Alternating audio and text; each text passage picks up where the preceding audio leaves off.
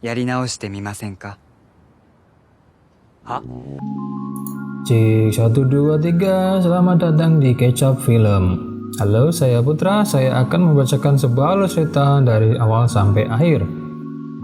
Pernahkah kamu berharap bisa memutar waktu dan kembali ke masa sekolah SMA? Masa-masa yang indah bagi semua orang, meskipun gak semua orang mengalami masa-masa indah saat SMA. Saat semangat muda bergejolak dan tanpa beban menjalani hidup. Bebas lepas mencari pacar, penasaran sama hal baru, gimana sih rasanya ini itu?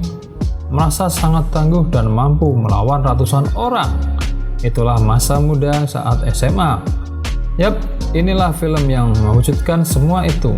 Dimana kamu bisa kembali ke masa SMA dan merasakan hal yang sama. Bedanya kali ini kamu udah lebih pengalaman, lebih dewasa dari sebelumnya.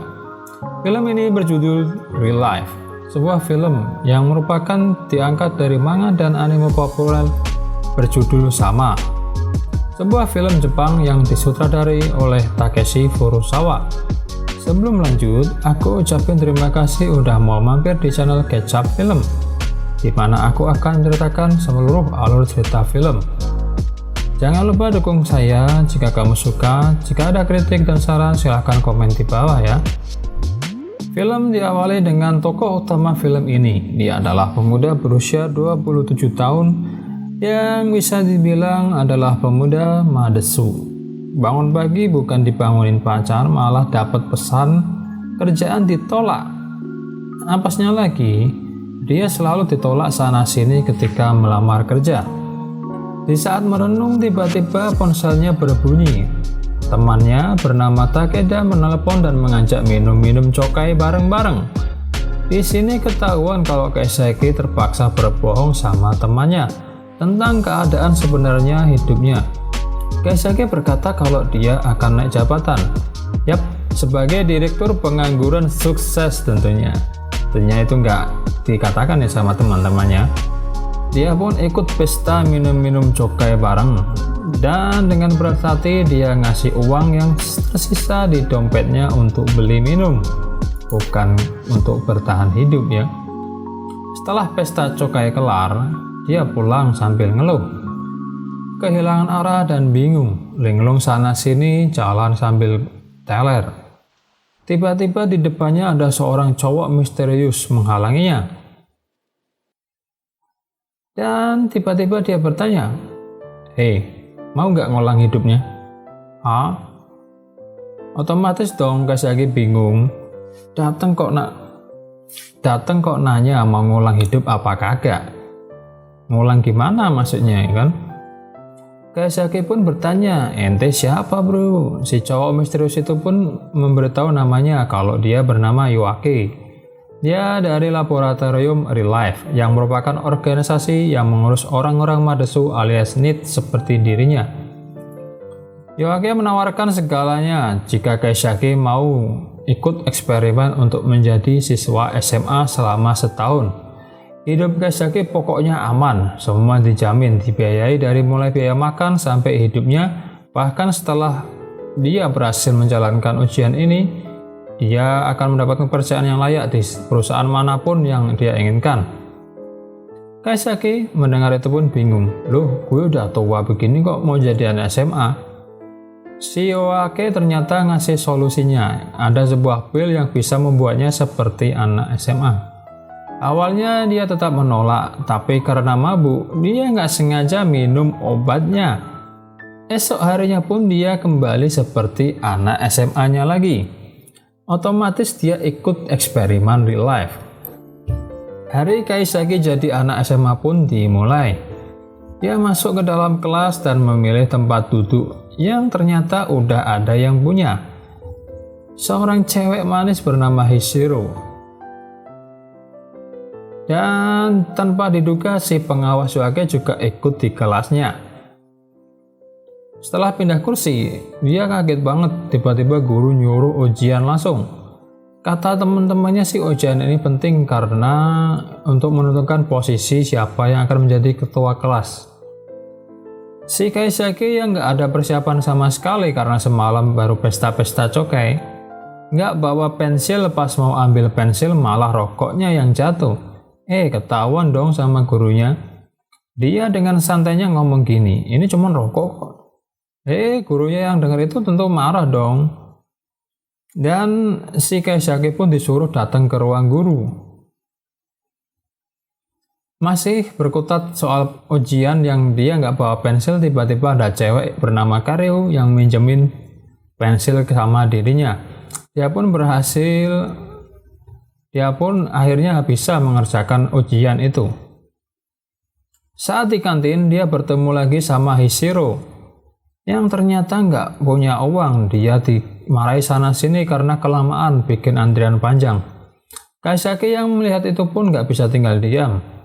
Dia menghampiri Hishiro dan bertanya, kenapa? Oh, nggak punya uang. Ini loh, saya kasih. Baik banget kan? Lanjut, saat di ruang guru, Kaisaki penasaran berapa sih umur gurunya yang ternyata jauh lebih muda darinya, sekitar 3 tahun. Dia flashback sama masa lalunya saat bekerja dan kagum bahwa si guru lebih punya motivasi daripada dirinya. Pulang sekolah, lagi-lagi dia ketemu sama Hishiro. Si cewek manis tapi suram. Hishiro curhat kalau dia kesulitan berteman karena sulit bersenyum. Hishiro curhat kalau dia kesulitan berteman karena sulit tersenyum. Yang senyumannya malah mirip seperti nyengir alias ngejek orang lain.